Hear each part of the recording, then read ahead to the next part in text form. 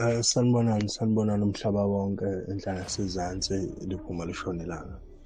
Siyabingelela bafowethu la sekwandema umgcaco esinawo la,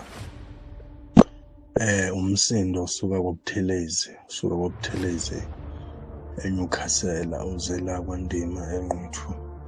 Siyabonga nje kuzo zonke iy'hambeli zethu ey'khona kubo bonke abaphumile bazosisingatha kulo msebenzi. Cha, kuqhubeke kahle konke, asibonanga lutho okube isithiyo nokube isiphazamiso.